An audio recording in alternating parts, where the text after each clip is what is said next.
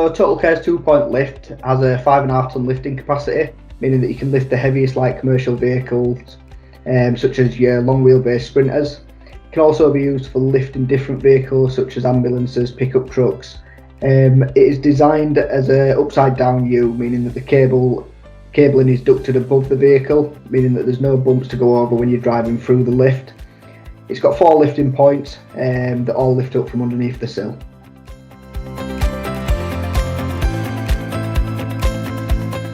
Yeah, so our standard lift is a 5.5 tonne lift that generally covers most of the vehicles that it's needed to lift. Either model does have dual controls, meaning you can control it from either side, and it's an electro-hydraulic lift with a self-levelling system. Yeah, so one of our team would be happy to attend site to fill out a free site survey where we can check the power requirements, but it does take 3-phase power. We do also offer a full service repair and maintenance package, and so we've got Totalkare engineers up and down the country that'll be able to service and repair your lifts. So we've always got people available to talk on the phone or video chat.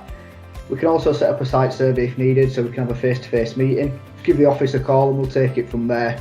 Alternatively, you can look on our website. We've got lots of brochures and spec sheets available to look at.